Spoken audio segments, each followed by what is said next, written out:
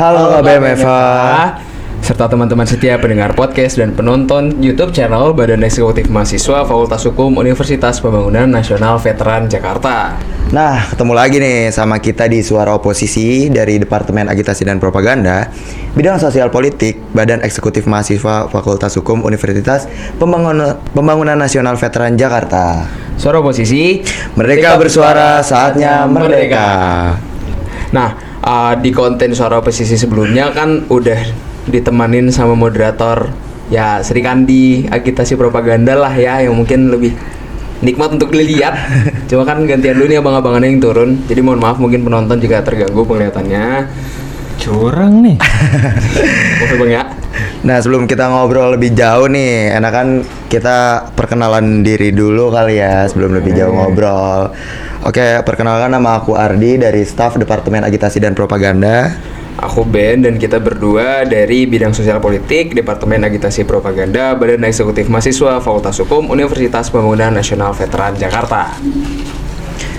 Nah, pada Suara Oposisi episode kali ini nih, kita mau bahas perihal revisi Kitab Undang-Undang Hukum Acara Pidana.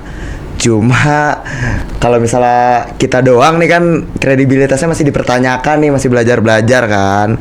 Jadi kita di sini ditemenin sama narasumber yang alhamdulillah kita udah di tengah-tengah kita berdua nih Ben. Gitu. Jadi pada Suara Oposisi kali ini kita ditemani sama Bang Beli dari LBH Jakarta. Boleh Bang Beli, silakan perkenalan. Halo teman-teman Fakultas Hukum UPN Veteran Jakarta. Gua Beli, pengacara publik di LBH Jakarta. Oke. Gimana Bang, kabar? Baik, Kabar baik ya. kabar baik. Perjalanan Dari mana Mas mungkin? Iya. Ya, Dari mana tadi perjalanan Bang Beli? dari Kayangan turun. Aduh. Kayak siapa tuh yang bencong ya? Perjalanan ke sini gimana tuh? Dari rumah, di mana di rumah? Rumah di Jakarta ya. Oh, Jakarta. Oh, cuma dari Rumah maksudnya yang- rumah yang mana nih? Rumah yang mana dulu nih makanya nih? Oh, banyak, rumahnya banyak ya? Banyak. Oh, banyak.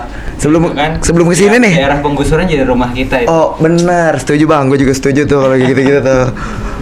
Nah kalau Bang Beli sendiri kan di LBH Jakarta lagi ada dikerjain gak Bang? Atau lagi disibukin sama satu hal gitu? Ya banyak ya. Gara-gara Prabowo kerjaan kita jadi makin banyak. Jadi Sepakat itu, agak- sepakat. Juga baik nih kerjanya jadinya. Banget. Ya kan, jadi banyak yang harus kita garap. Setiap minggu selalu ada isu-isu ini kan, opini-opini jelek gitu kan. Jadi harus selalu kita respon dan advokasi lah. Nah oke, jadi Oke. teman-teman ini mungkin sedikit fun fact ya. Jadi narsum kita satu ini merupakan alumni juga nih dari Fakultas Hukum Iya. Universitas Pembangunan betul. Nasional Veteran Jakarta. Kalau boleh tahu Bang Beli angkatan berapa? Angkatan 2016. Angkatan 2016. Oke. Angkatan 2 penegrian. Oh, pendengerian. Negerian. Iya, Jadi sebelumnya swasta. swasta. Pindah. Pas penegrian tuh angkatan kedua. Oke. Gimana Bang Beli?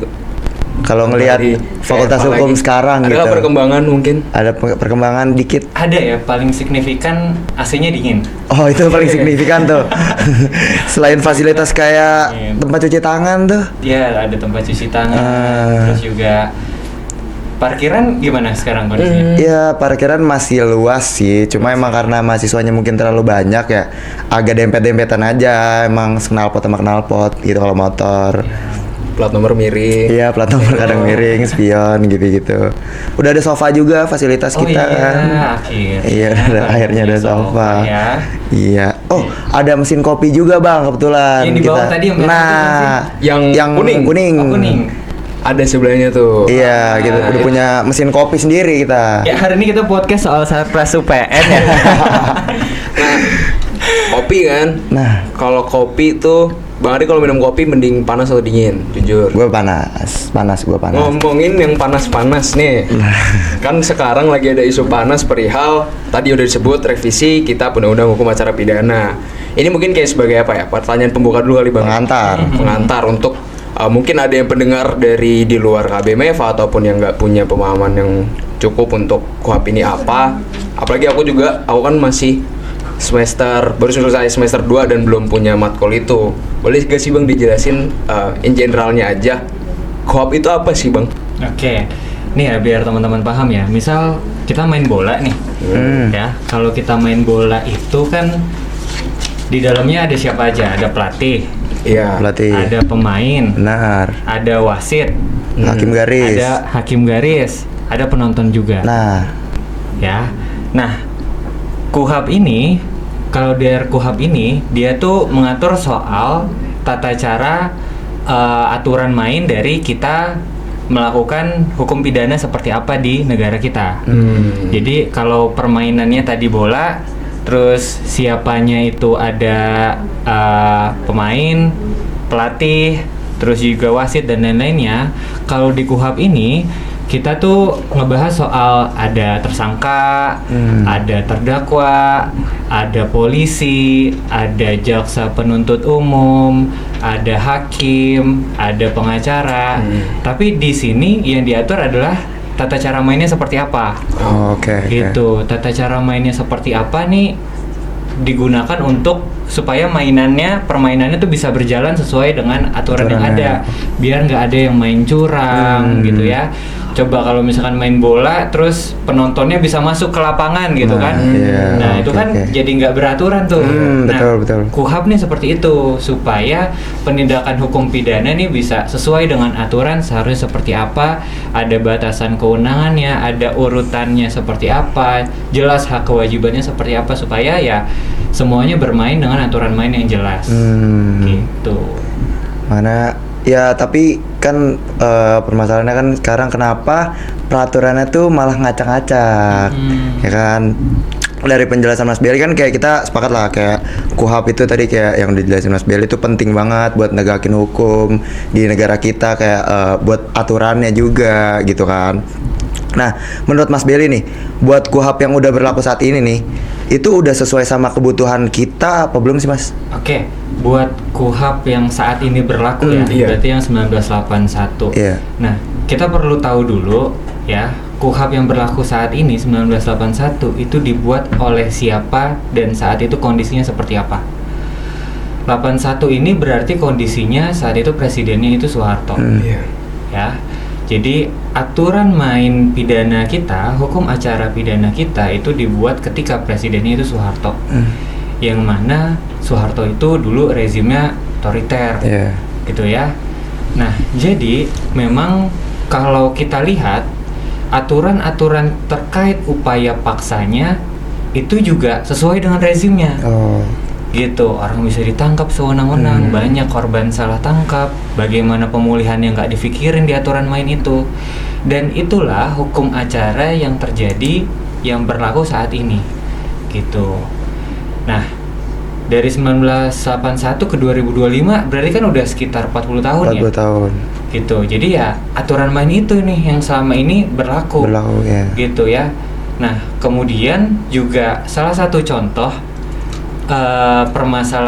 permasalahan di Kitab Undang-Undang Hukum Acara Pidana saat ini yang berlaku itu sudah banyak sekali problem-problem yang tidak diakomodir di KUHP yang lama.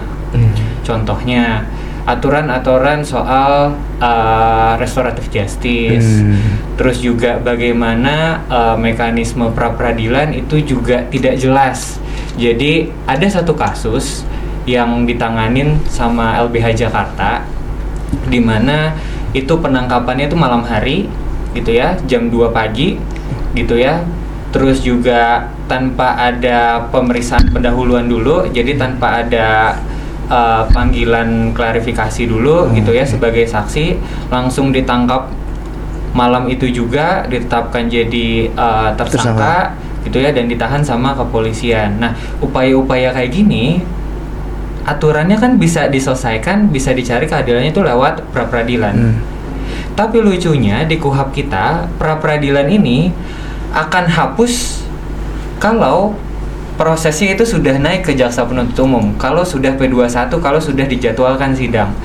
Jadi semua aturan yang halal, semua cara-cara yang haram gitu ya, yang digunakan sama kepolisian dalam hal penangkapan gitu kan, ibaratnya maksa orang supaya kamu ngaku, kamu melakukan pengerusakan, kamu melakukan pencurian, dipaksa ngaku tuh di BAP-nya, itu akan hapus Setelah naik ke jaksa ketika penuntut naik umum. ke jaksa penuntut umum. Jadi pra-peradilannya selagi sudah dijadwalkan sidang, udah pra-peradilan. Jadi hakim pra-peradilan dia akan bilang, oke, karena ini untuk pokok perkaranya sudah dijadwalkan di persidangan ya, jadi pra-peradilannya hapus. Udah. Jadi nggak dianggap apa-apa. Gak dianggap apa-apa. Jadi semua cara yang haram dalam pembuktian yang dilakukan sama kepolisian itu ya jadi halal dengan KUHAP yang sekarang. Baik juga sih ya. Gitu. Sebenarnya kalau tadi mau respon juga sih Mas buat permasalahan aturan main lah ya. Sebenarnya kalau mungkin Bang Arya juga sadar, Bang Beli juga sadar, belakangan sebenarnya kita lagi banyak banget gelombang kalau bisa dibilang gelombang aksi lah. Itu kita harus merasa terancam nggak sih Mas dengan ancaman-ancaman itu, kayak perihal nanti cara-cara yang haram itu akan dikenain ke kita, terlebih kita pun mau turun semisal gitu. Ya memang. Dan yang paling baru itu kan penangkapan yang Mayday ya. Iya. Itu gimana 14 orang dari peserta aksi sampai ke para medis ya. Iya, para medis itu ditangkap, dia juga bingung ditangkapnya kenapa gitu ya, sampai sekarang diperiksa di Polda Metro Jaya itu kayak ya nggak jelas gitu, nggak masuk akal kalau kita belajar hukum, kenapa mereka bisa ditangkap ya, kenapa mereka bisa diproses sama kepolisian. Nah, untuk ngejawab tadi ya, gue perlu menyampaikan bahwa di pembahasan RKUHP 2025 ini kita perlu paham bahwa aturan main ini nggak bisa kita lihat setahun, 2 tahun ke depan. Lihat dari 1981 yang saat ini aturan mainnya itu bertahan 40 tahun. Jadi kita nggak bisa nih buru-buru kalau bahas KUHP, karena ini akan berlaku mungkin 10 tahun ke depan, 20 tahun ke depan, atau mungkin 40 tahun ke depan. Jadi ini aturan main yang akan berlaku nih. Jadi kalau aturan mainnya nggak beres, ya itu yang akan kena ke kolega kita, saudara kita, anak-anak kita, bahkan ke cucu kita nantinya. Mungkin itu yang akan berlaku di negara kita gitu. Makin sulit ibaratnya, aksi nanti, kalau kamu aksi nanti malah jadi ditangkap sama polisi gitu kan. Nah itu makanya perlu kita pantau bersama. Tadi kayak juga nyambung sih Mas buat permasalahan gak boleh untuk coba jadiin barang ini tuh buru-buru. Sebenarnya kayak buat isu penggarapan ini kan udah dimulai itu sebenarnya dari awal tahun ini sih ingat aku, karena kebetulan BEM kita juga udah sempat bikin aksi pencerdasan saat itu kan. Dan aku ingat sempat baca berita statement dari Habibur Rahman soal dia tuh pokoknya pengen untuk barang ini tuh selesai tuh, seingat aku ya 2 kali masa sidang gitu. Itu sebenarnya satu hal yang terbesit pertama adalah ini tuh sebenarnya latar belakang dia pengen ngebut bangetnya tuh apa sih? Urgensinya sejauh apa gitu. Ya, jadi satu hal juga yang perlu teman-teman tahu ya, bahwa ini bukan pertama kalinya pemerintah itu melakukan upaya perbaikan di KUHP. Ya, sebelumnya kita punya tim juga yang dulu tuh dipimpin sama Prof. Andi Hamzah ya, dan belum berhasil tuh untuk membentuk KUHP yang baru seperti apa gitu ya, pembahasannya berhenti. Tapi saat itu pembahasannya meskipun belum bisa dikatakan sempurna, tapi sudah cukup progresif. Bagaimana aturan-aturan ICCPR itu sudah dibahas, bagaimana organisasi masyarakat sipil juga dibahas dalam pembahasannya.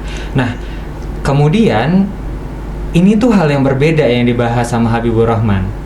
Jadi ini tuh awal mula pembahasan KUHP yang tidak mempertimbangkan hal-hal yang dulu sudah pernah dibahas. Gitu. Jadi dari awal ini ada urutannya ya teman-teman ya. Dari 23 Januari tiba-tiba kelompok masyarakat sipil tuh diundang sama badan keahliannya DPR untuk membahas penyusunan naskah akademik. Jadi saat itu pembahasannya masih naskah akademik gitu ya. Jadi kami belum dapat gambaran apakah penyusunannya akan dilakukan tahun ini dan lainnya. Saat itu pembahasannya hanya naskah akademik. Terus juga di 12 Februari ya masyarakat sipil tuh diundang di RDPU gitu ya. Tiba-tiba di Februarinya, nggak lama berarti ya, dari naskah akademik kita diundang untuk RDPU, diminta kasih masukan terhadap draft RKUHP gitu. Tapi draft RKUHP-nya juga nggak bisa diakses gitu. Draft RKUHP-nya nggak bisa diakses. Nah, saat itu kami tolak untuk bertemu gitu kan. Kami mau bahas dulu secara internal di masyarakat sipil gitu ya, bagaimana gambaran KUHP yang ideal menurut kami gitu kan. Tapi itu terjadi 2 kali ya, 2 kali. Jadi teman-teman di DPR itu kontak kami untuk minta masyarakat sipil untuk RDPU. Nah, karena kita nggak bisa diundang, kita merasa buat apa kita diundang kalau kita nggak tahu kita mau bahas apa. Minimal kan kasih tahu dulu ke kita draft yang mau kita bahas ini draft yang mana gitu ya. Bahkan karena buruknya komunikasi saat itu di awal tahun, kita sampai mengajukan permohonan informasi publik. Ya, jadi di 19 Maret masyarakat sipil tuh mengajukan keterbukaan informasi publik terkait draft RKUHP-nya yang mau dibahas nih yang mana.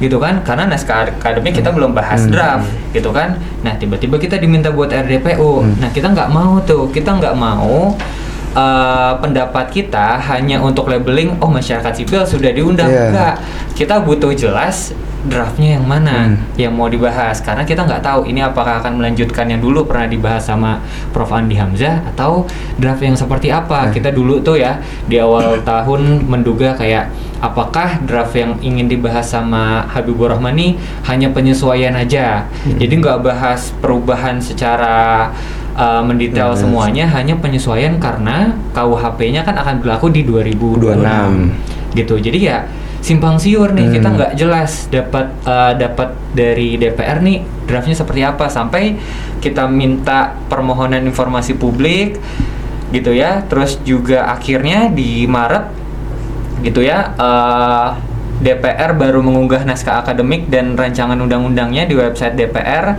Nah, 8 April itu kita dikontaknya tuh sebenarnya informal.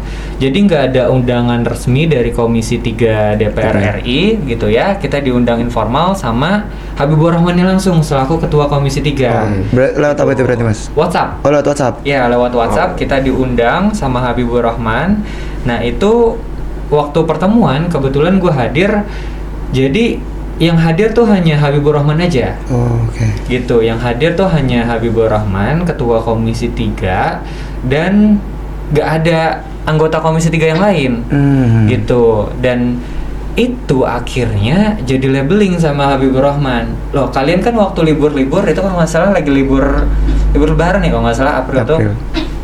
Lagi di sela-sela liburan, kalian kan libur-libur kemarin udah diundang RDPU. RDPU apa? Yang kita tahu, yang kita tahu Habibur Rahman chat via WhatsApp gitu kan, mau ketemu sama masyarakat sipil, mau tahu pendapatnya bagaimana soal KUHP. Tapi sekarang di labeling sama Habibur Rahman, dianggap bahwa udah RDPU kok kemarin gitu kan. Nah, itu memang akal-akalan pemerintah kayak gitu kan. Gitu. Nah, jadi tadi balik lagi untuk ngejawab ya. Jadi Habibur Rahman nih upaya baru.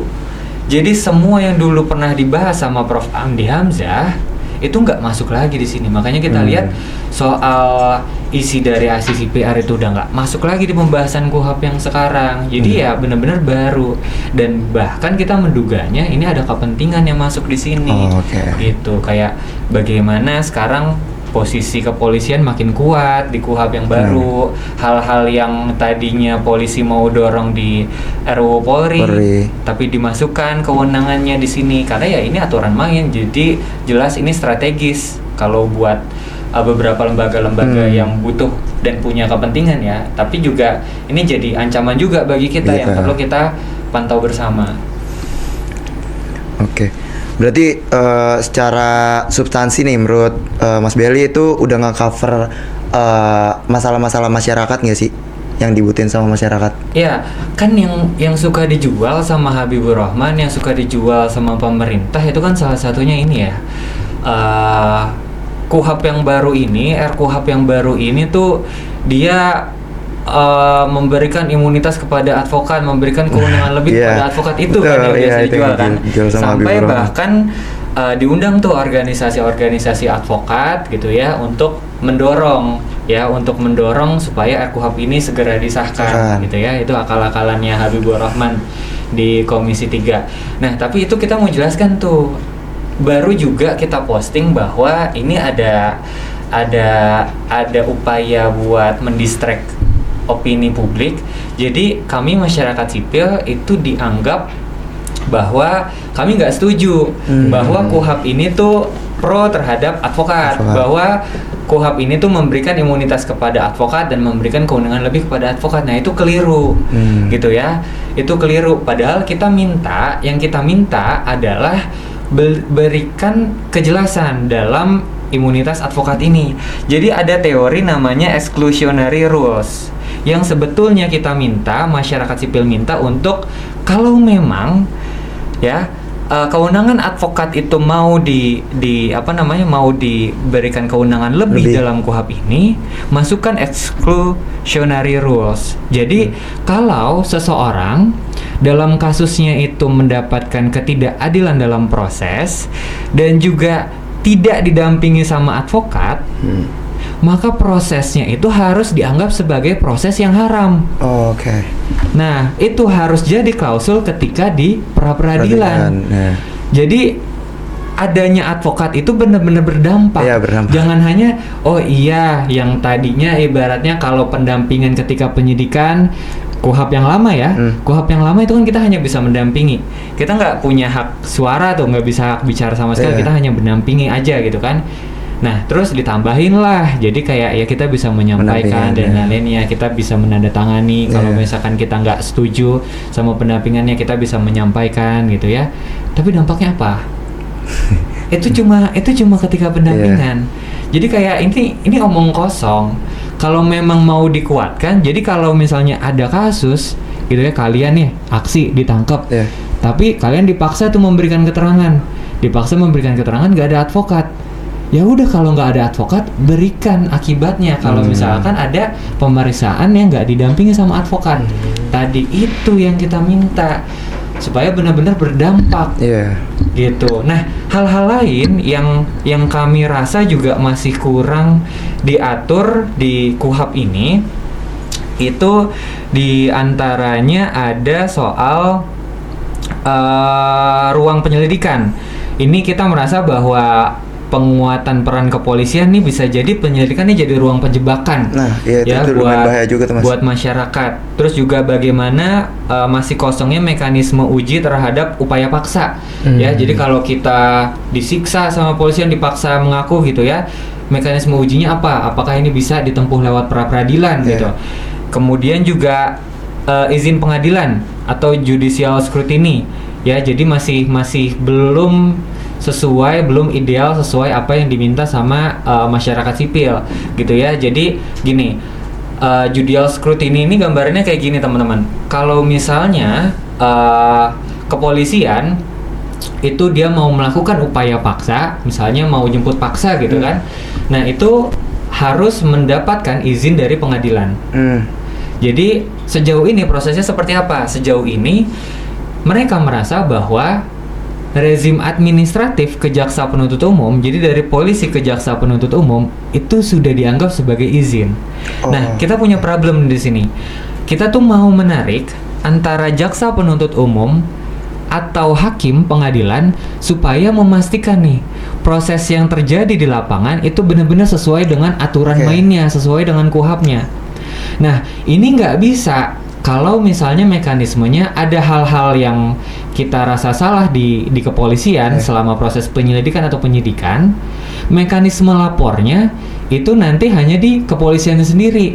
Misalnya ke Propam, itu kan masih satu lembaga.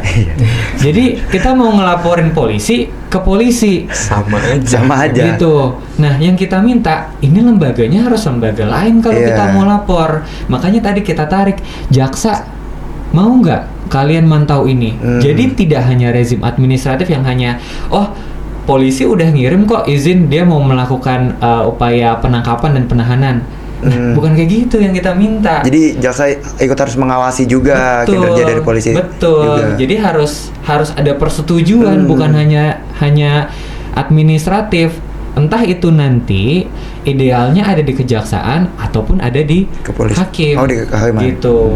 Nah, kemudian ada juga soal polisi yang saat ini superpower dan ada ancaman TNI bisa jadi penyidik di tindak pidana umum. Gitu.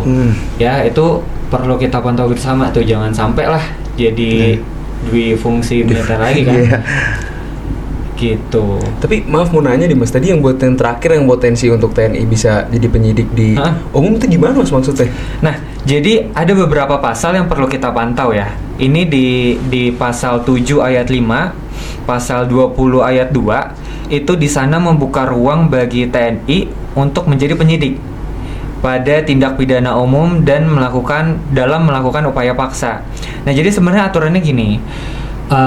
Kalau di laut itu memang TNI AL itu bisa melakukan gitu ya.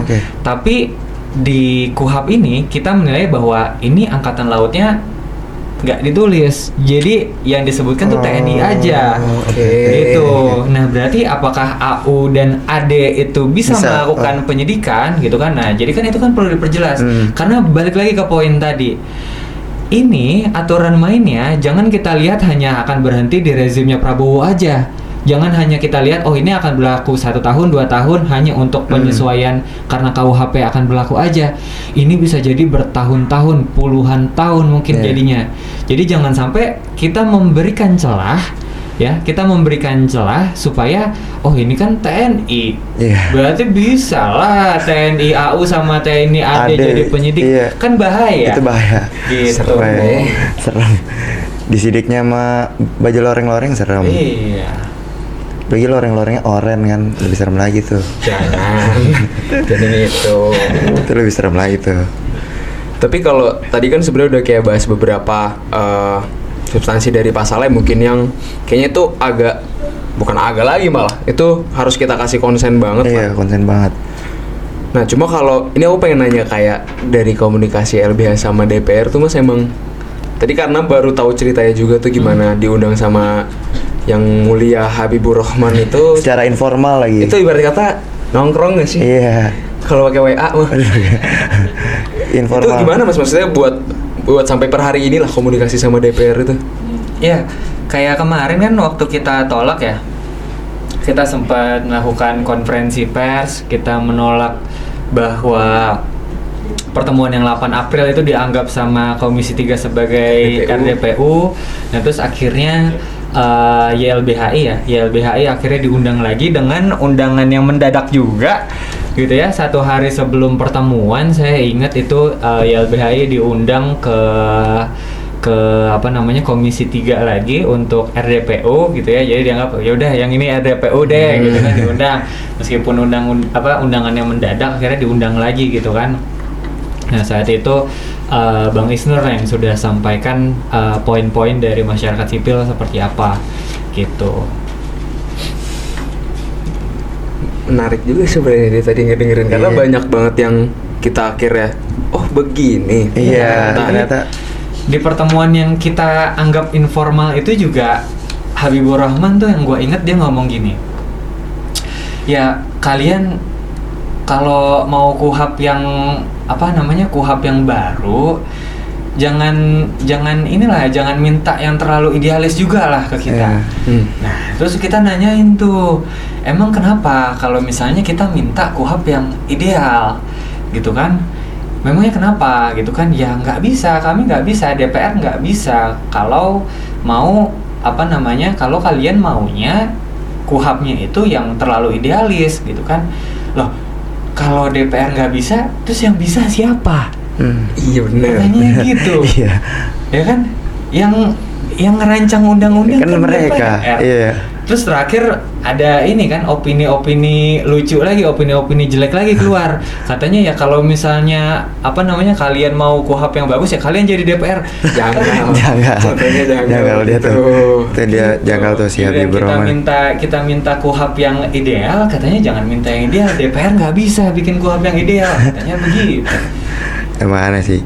Nih, tapi aku pernah baca nih Mas, dalam rancangan RKUHP ini tuh ada ngatur perihal jaminan tindak lanjut laporan pidana. Nah ini tuh kebetulan istilah baru menurut kita kan baru yang maksudnya masih mahasiswa. Boleh nggak coba dijelasin sama Mas Beli? Oke, jadi ini salah satu masukan dari teman-teman masyarakat sipil yang kami rasa juga ini penting untuk dimasukkan dalam KUHP yang ideal menurut kami gitu ya, kalau ikut kata-katanya Habibur Rahman. Jadi gini gambarannya teman-teman. Ketika kita punya persoalan, misalnya gini, motor kita hilang deh, ketika kita lagi parkir di kafe, terus kita buat laporan polisi. Kita buat laporan polisi, itu kita datang di mana lokus tempus kejadiannya gitu kan. Ibaratnya kalau misalnya di Jakarta Selatan, kita datang ke Polres Jakarta Selatan. Di Polres Jakarta Selatan itu kita bikin laporan, tapi faktanya di lapangan biasanya laporan itu nggak langsung diproses jadi laporan polisi. Biasanya polisi itu yang menerima laporan itu proses administrasinya dulu. Biasanya kita sebagai pelapor hanya dikasih STBL, surat tanda bukti lapor, atau surat tanda penerimaan laporan STPL, gitu ya. Nah itu jadi kalau kita dikasih STPL, clue-nya adalah laporan kita belum betul-betul diproses. Gitu ya. Laporan baru diproses ketika sudah terbit laporan polisinya. Kalau STPL tuh ibaratnya baru dicatat aja. Doang, gitu ya. Kalau kita belajar hukum, kita tahu, tapi kan masyarakat banyak yang nggak tahu. Merasa ketika mereka dapat STBL dan STPL merasa bahwa udah diproses polisinya. Nah, sedangkan setelah itu belum tentu diproses tuh dengan ya katanya polisian sebanyak itu laporan masyarakat yang datang ke kami gitu kan. Nah, kita harus mendorong tuh sebagai masyarakat ya, sebagai masyarakat kita harus mendorong sampai laporan kita diproses jadi laporan polisi. Nah, belum berhenti sampai situ. Ketika laporan kita diproses jadi laporan polisi, kita harus aktif tuh ya. Dengan kondisi faktual sekarang, kita harus aktif menanyakan kepada penyidiknya bagaimana update perkembangan kasus saya. Bisa jadi ketika hari ini motor saya hilang 2 minggu itu belum ada perkembangan apa-apa, gitu ya. Nah, mekanismenya seperti apa sih? Mekanismenya sejauh ini adalah lewat SP2HP, ya. Jadi kita sebagai pelapor, ya kita berhak untuk minta SP2HP kepada penyidik. SP2HP itu apa? SP2HP itu dokumen untuk kita tahu hasil pemeriksaannya itu seperti apa. Jadi singkatnya biar teman-teman lebih paham, update kasus saya ini seperti apa sih? Minta ke penyidik terbitin SP2HP. Nah, PR di lapangan, tidak semua penyidik tertib administrasi. Tidak semua penyidik memberitahukan atau tidak semua masyarakat juga tahu bahwa kalian tuh berhak loh minta SP2HP ke penyidik. Nah, ini yang kadang bisa kita lihat nih kalau ada yang datang ke LBH Jakarta. Bu, Pak, coba minta SP2HP-nya deh biar tahu laporannya kemarin soal motornya yang hilang seperti apa. Nah, ini SP2HP bulan Juli ya Pak kemarin. Coba minta lagi Pak yang Agustus. Pak, kita lihat kok kayaknya SP2HP yang Juli sama Agustus nih nggak ada bedanya. Sama. Ganti bulan dong nih. Berarti kan dari Juli ke Agustus nggak ada perkembangan. Kasus Bapak nggak ada perkembangan dan nggak dikerjain Pak. Gitu. Itu kalau tahu SP2HP tapi coba bayangin kalau masyarakat nggak tahu mekanisme SP2HP. Berbulan-bulan tuh bisa jadi nggak diproses. Mungkin bisa sebenarnya udah diproses tapi nggak dikasih tahu kasusnya udah kelar. Tapi itu terlalu positif thinking. Itu kan positif thinking aja, thinking aja kan kayak gitu. Husnuzon banget itu. Husnuzon. Kalau husnuzon kan kayak gitu. Karena kan balik lagi dari yang dirasain sama orang-orang, saya emang nggak pernah ngerasain. Banyak dari penegak-penegak nih yang masih kayak gitu, masih nggak patuh lah sama administrasi dan segala macamnya. Nah, proses ini biasa kita namakan undue delay. Ya. Problem undue delay ini adalah ketika kita sebagai pelapor, tapi kasus kita tuh dibiarkan lama nggak diproses. Nah, problem undue delay ini yang menjadi solusi, yang menjadi tawarannya adalah tadi kita minta supaya perjelas dong berarti di aturan mainnya. Kalau memang kasusnya itu nggak bisa diproses, tanda kutip, Iya. ibaratnya memang bukti-buktinya kurang. Contoh di pencurian aja deh. Di pencurian kan kadang pembuktian juga sulit. Iya. Pembuktiannya sulit dalam hal ada nggak CCTV yang CCTV-nya, bisa iya. melihat ibaratnya. Iya. Atau orang yang melihat Siapa secara orang? langsung. Ada nggak orang yang ngasih petunjuk? Hmm. Kalau misalnya nggak ada CCTV, nggak ada orang yang ngelihat juga, kan sulit tuh Iya. kita mencari siapa pencurinya. Nah, tapi dikasih dong penjelasan kepada masyarakat. Iya. Jadi ibaratnya ada batasan waktu yang jelas. Iya, nggak berharap. Iya. Jadi ibaratnya karena setelah proses penyelidikan kami tidak menemukan bukti, maka penyelidikannya kami tutup. Iya. Kan jelas. Jelas. Coba bayangin kalau sekarang ada berapa kasus yang mandek. Entah itu kasusnya kasus beneran, kasus yang minim bukti, atau kasus yang sebenarnya Dikasus-kasusin. bukan kasus yang sebenarnya buktinya ada, tapi ada tekanan politik, Oh, tekanan oke, apa supaya iya. nggak diproses. Jadi kita tuh secara aturan main, kalau tadi main bola jelas ibaratnya 45 menit kali 2. Iya. Ini aturan main kita tuh nggak jelas. Oh, iya. Nah, yang kita minta tuh tadi aturan mainnya Perjelas diperjelas. lagi. Kalau memang ibaratnya selama proses penyelidikan itu nggak ditemukan buktinya, ya udah ditutup. Nah, ditutupnya ini juga kami harap bisa selesaikan di pra peradilan. Iya. Kalau si pelapor, si korban ini mau mengajukan lagi prosesnya, ibaratnya kayak ada nggak bukti baru gitu kan, Iya. bukti tambahan, diajukan aja di pra peradilan pra-peradilan. supaya penyidikannya dilanjut. Lanjut, Gitu. Itu yang kita rasa itu terlalu ideal menurut Habibur Rahman. Gitu. Tapi berarti kalau untuk yang jaminan tindak lanjut tadi tuh berarti untuk di rancangan si Pak Habibur Rahman belum termasuk berarti? Belum. Kasian sebenarnya ya kita disuruh menerka-nerka ini tuh. Iya, kita Iya. masih disuruh nerka-nerka. Iya. Motor hilang juga udah lupa itu motor hilang. Iya. Tuh, main bahaya juga tuh kayak gitu-gitu tuh. Nah jadi tadi kan udah dibahas substansi, terus juga yang baru juga nih perihal jaminan tindak lanjut laporan pidana. Karena ini seingat aku pernah sempat dibahas di kelas tapi nggak punya waktu untuk nanya lebih lanjut lagi. Dan ternyata punya dampak yang cukup mengancam lah untuk bukan hanya mungkin kita yang tahu, lebih khawatir lagi buat mungkin masyarakat yang belum begitu paham. Jadinya mereka akhirnya ke LBH untuk minta bantuan, itu pun yang mereka punya akses ke LBH-nya Iya. juga. Ya cukup prihatin dan sedih juga sih. Cuma gini Mas, tadi ini balik lagi sebenarnya buat perihal RDPU ataupun diajak nongkrong mungkin sama Ibu Rohman gitu kan. Ini aku tuh sempat baca satu bahan bacaan juga perihal KUHP yang nulis kalau semisal mungkin kita semua paham loh meaningful participation itu apa. Cuma sekarang tuh katanya yang dipergunakan adalah meaningful manipulation gitu. Ya. Nah terus kalau kita bahas meaningful participation tuh, aku sempat ada diskusi sebenarnya sama temen. Dia tuh nanya kayak, dia tuh sebenarnya lebih pro ke pemerintah.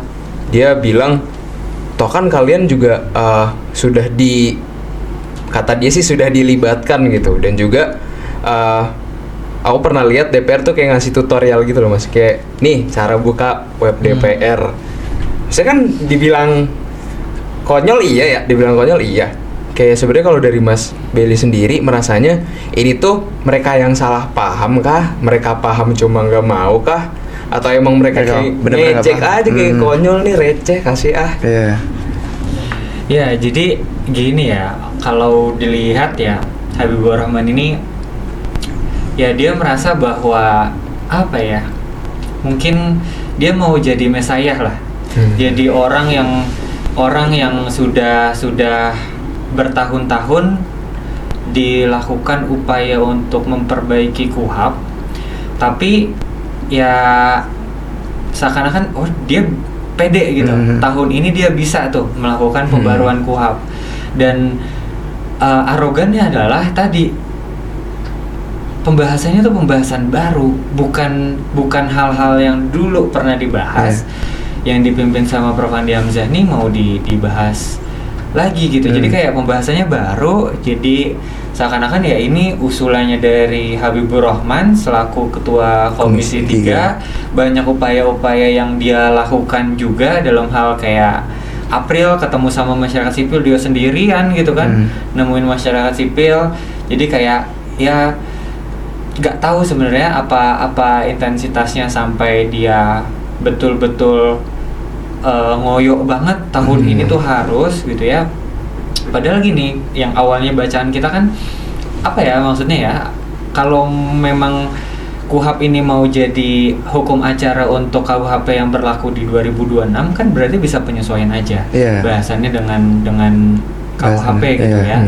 Tapi ini enggak, ini kan total KUHP-nya mau diperbarui sama Habibur Rahman kan.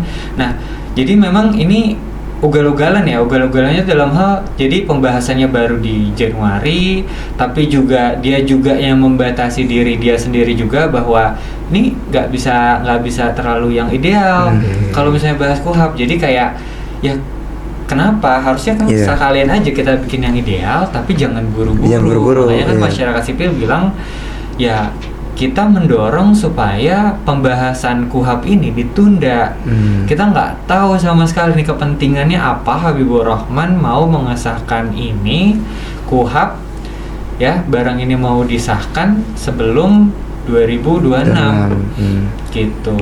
Karena terlalu terburu-buru, jadi apa sih kepentingannya? Nah, teman-teman perlu tahu nih, ada beberapa hal ya yang jadi catatan yang sebetulnya sudah masuk di pembahasan KUHP-nya Prof. Andi Hamzah. Jadi tadi pertama itu soal ICCPR. Jadi instrumen-instrumen hukum dan HAM internasional itu banyak yang tidak masuk ke dalam KUHP yang baru. Bagaimana soal penyiksaan di proses-proses penyelidikan dan penyidikan gitu ya. Nah, terus juga bahkan ada jaminan kalau misalnya tadi dilakukannya dengan cara-cara yang haram gitu ya, berarti ya harus dihapus juga pidananya gitu. Kemudian juga belum memuat juga jaminan dan ketentuan di Undang-Undang TPKS, Undang-Undang Penghapusan KDRT, Undang-Undang Peradilan Anak gitu ya, itu juga masih belum masuk di KUHP yang baru ini. Terus juga hak-hak tersangka dan terdakwa, saksi, korban, perempuan, disabilitas gitu ya. Disabilitas ini juga belum masuk, orang lanjut usia ya ketika berhadapan dengan hukum. Jadi satu lagi ya, kemarin kita minta juga sama teman-teman yang bergerak di isu disabilitas mental dan intelektual itu juga harus bisa hak-haknya dijamin dalam KUHP gitu ya. Jadi tadi sebetulnya bisa kok kalau misalkan Habibur Rahman nih nggak arogan, dia pelajari lagi draft yang dulu 2009-2012 pernah dibahas gitu kan, nggak seakan-akan ini adalah usulan dari Habibur Rahman, draft gebrakan baru dari Habibur Rahman. Iya, dan akhirnya bisa disahkan di 2025 ketika Habibur Rahman menjadi ketua komisi 3 gitu. Soalnya waktu kemarin kita membersamai demo teman-teman RUU KUHP tuh, itu ada juga salah satu temen yang maju, dia tuh bilang katanya RUU KUHP ini secara nggak langsung juga ngatur misalnya kita ngelakuin aksi terus kita ditangkap, nah aparat itu nggak harus atau nggak diwajibkan untuk ngabarin keluarga atau salah satu orang yang ada di kontak HP-nya, mungkin itu nggak diwajibin dari aparat tersebut. Nah itu kan maksudnya secara langsung bisa dibilang penculikan, dan nggak sih Mas? Nah, menurut Mas gimana tuh? Iya, jadi makin kabur dari yang fakta di lapangan aja dengan aturan main yang kita pakai dari 1981 ini aja. Ketika ada yang ditangkap nih, lagi demo ditangkap, kita bilang ini harus ngabarin keluarganya loh, gitu kan. Nah itu enggak, kan belum 1x24 jam gitu kalau kata polisi yang biasa kita temui di lapangan gitu ya. Ini kan belum 1x24 jam, ini kan pengamanan aja. Apakah ada pengamanan di KUHP? Kan nggak ada. Jadi ya tadi udah banyak aturan-aturan budaya-budaya yang di luar dari KUHP yang sudah berjalan dilakukan sama kepolisian gitu kan, yang gak ada di aturan mainnya. Jadi sebenarnya nggak salah dan nggak mulu kok kita minta KUHP yang ideal untuk masyarakat sipil seperti apa gitu. Jadi tadi balik ke konteks, ya makin kabur. Iya. Ya, makin kabur dalam hal yang faktanya aja sering ditunda-tunda dengan berbagai alasan dari kepolisian. Sekarang Apalagi diatur. nggak eksplisit. Iya. Ya, jadi problemnya tuh mungkin nggak diatur tapi nggak eksplisit diatur kewajiban untuk menyampaikan kepada Pada keluarga. Iya. Gitu. Sedangkan yang ideal menurut kita apa? Disampaikan dong. Disampaikan Gitu. karena ya orang tua pasti kan pengen tahu anaknya aman apa enggak gitu. Iya. Kasihan juga kepikiran orang tua ya pasti. Belum 1 kali 24 jam, 24 jam diapain tuh? Iya 24 jamnya maksudnya? diapain tuh? Gitu Apalagi kan. Pengamanan. Pengamanan ya pengamanan sih. Pengamanan. Ngeri juga nih. Nah, kalau untuk yang tadi sih Mas, ini masih agak-agak nyambung buat hak perlindungan bagi saksi, pelaku dan korban di KUHP ini udah nge-cover apa belum, Mas? Iya tadi banyak yang belum masuk di 134, 135 RKUHP belum menjamin secara tegas hak seseorang untuk bebas dari penyiksaan. Nah ini salah satu kaitannya sama ICCPR yang Iya. tadi dibilang, gitu ya.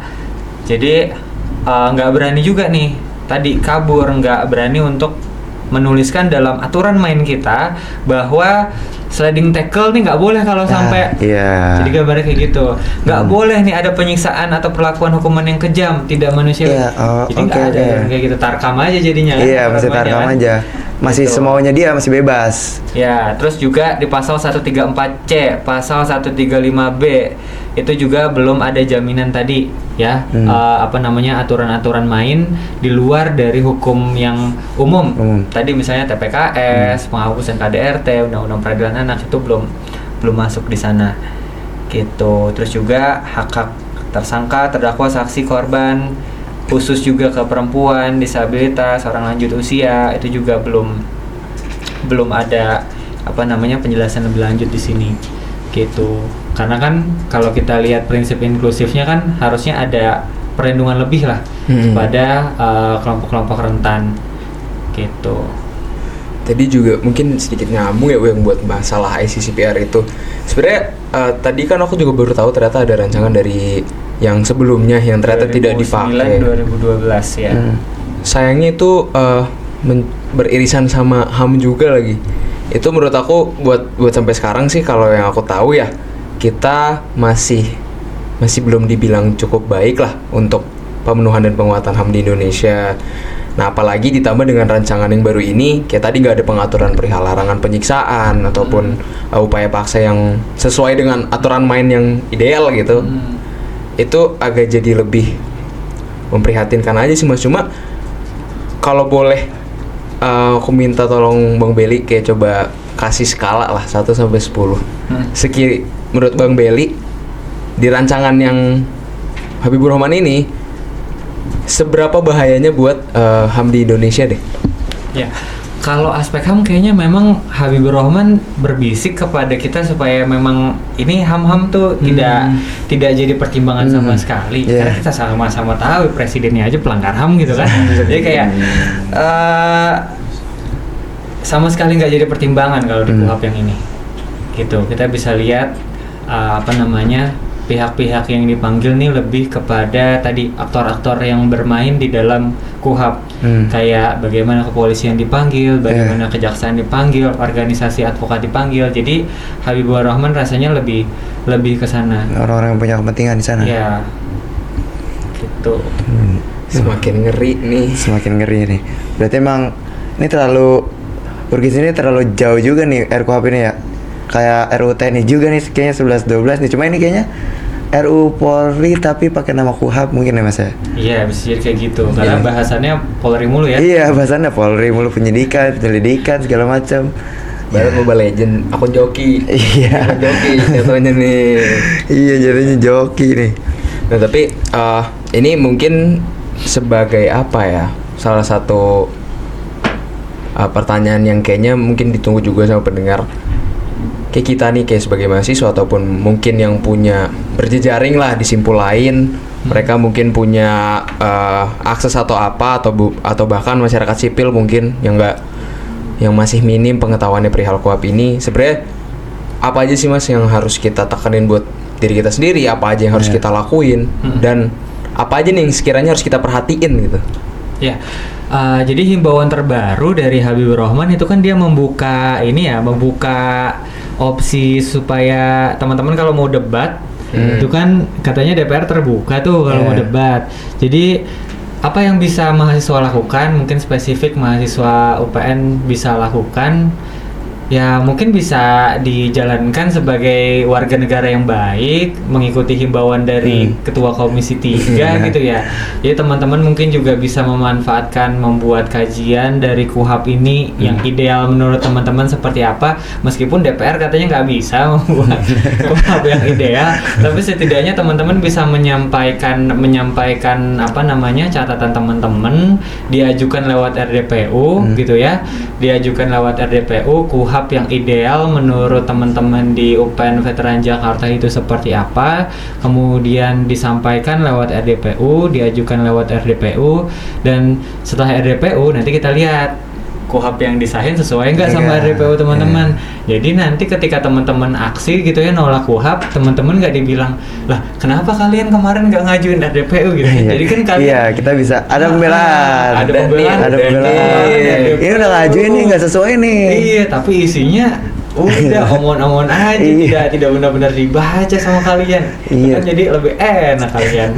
Tapi emang kayaknya Habibur Rahman nih agak keras kepala juga ya Mas ya. Iya. Emang dari dasar agak keras kepala. Soalnya kemarin tuh aku baru banget kebetulan nonton. Nggak tahu ya lembek apa enggak ya? Aku kebetulan kemarin baru nonton podcastnya Najwa Shihab sama Habibur Rahman yang terkait RKUHP ini. Tapi ya selalu denial Udah terus. lama tapi kalau yang sama Najwa. Iya, dulu bulan apa itu ya? Bulan awal tahun. Ya dari awal tahun pun dia udah segitu, nggak tahu ya punya kepentingan apa sih dia sampai sejauh ini, sampai segetol ini gitu loh buat ngerancang RKUHP ini.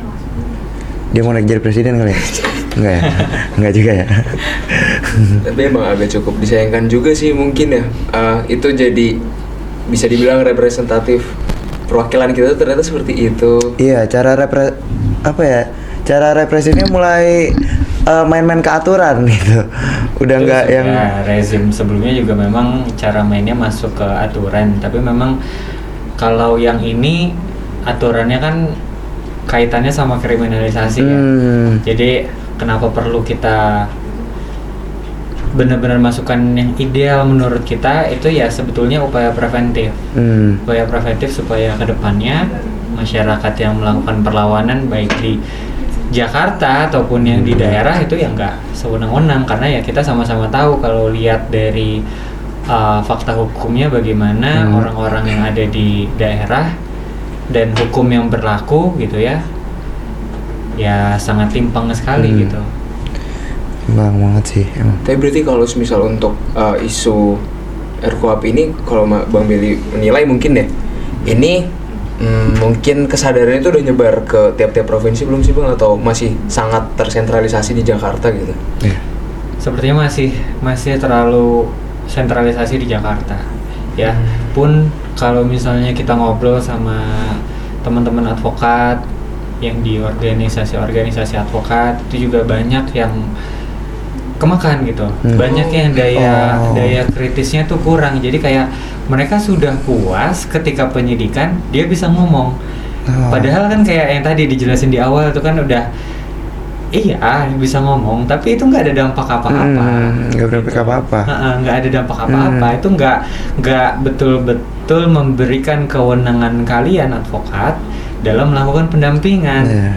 Gitu. Jadi ya kita merasa bahwa pun yang di Jakarta, pun yang di daerah pun masih banyak yang daya kritisisinya masih kurang gitu ya, masih butuh bantuan dari teman-teman mahasiswa juga bagaimana kita bisa mempublish konten-konten pendidikan nih agar masyarakat tahu gitu ya bagaimana berbahayanya RKUHP ini kalau disahkan sebagai aturan main hukum pidana kita gitu ya, karena ya tadi kita bisa banyak hak-hak kita yang dirampas gitu ya, dan makin banyak kesewenangan yang terjadi gitu ya. Seperti ini ternyata ya mungkin kita kedepannya lebih hati-hati aja lagi ya sama si itu Mas, hati ntar di Podcast ini WhatsApp. kalau bahasannya kuhab jadi lemes ya. Iya, agak Iya, jadi iya. takut juga nih ternyata.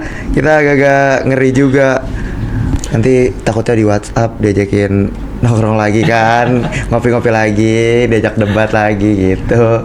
Orang ngajak ke Parhi nggak? Nggak mungkin. Kira aja gitu kan. Nggak ngajak ke Pari juga Katanya kan. nanya. Nggak mungkin. Oke, dari mungkin berapa menit tadi kita udah ya?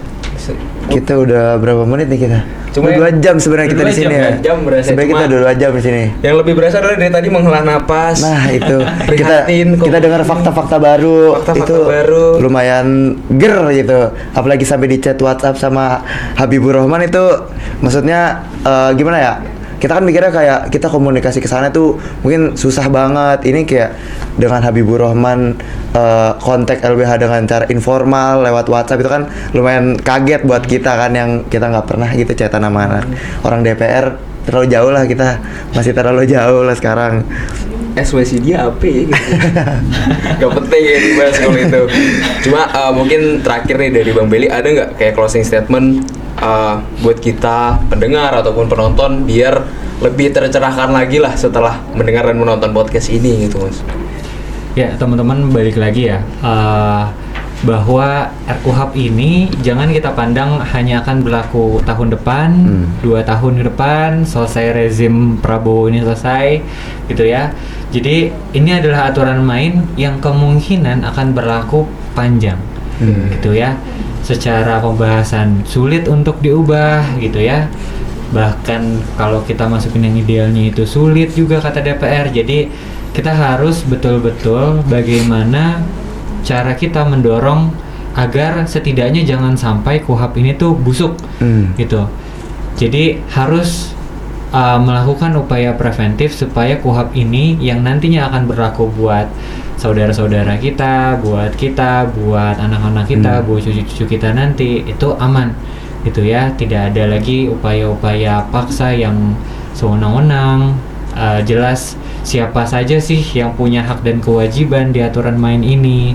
Terus aturan mainnya juga jelas dari kapan sampai kapan gitu kan. Dan juga terus ada wasitnya juga yang jelas gitu kan. Wasitnya bukan dari kedua pemain gitu kan, bukan dari 2 tim yang sedang bertanding gitu kan. Nah itu ya sebetulnya itu yang kita butuhkan. Jadi kita butuh sama-sama untuk bagaimana menjelaskan kepada publik bahwa ada ancaman, ada bahaya dalam pembahasan RKUHP ini. Bagaimana Habibur Rahman di Komisi 3 ini mendorong dengan tergesa-gesa gitu ya, tidak jelas intensinya apa gitu ya, tapi dia sudah menargetkan bahwa KUHP ini akan disahkan di 2025 gitu kan.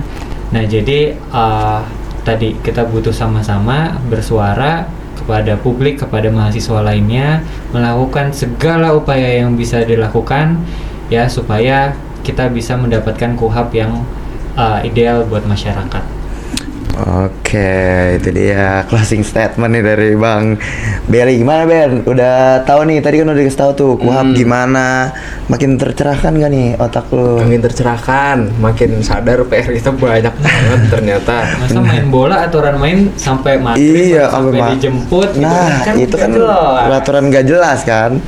Ya, Ya gitulah mungkin begitu kondisi negara kita, sekarang, bangsa kita sekarang lagi dinamika memprihatinkan. Cuma ya mungkin ibarat kata ini kita mau ngasih pesan kan kayak Coba. tetap tetap dinyalain gitu gawang perlawanannya. Iya, benar. Lebih baik baca sih sebenarnya Mas ya, karena Iya. ini sangat harus teliti bacanya. Benar harus teliti.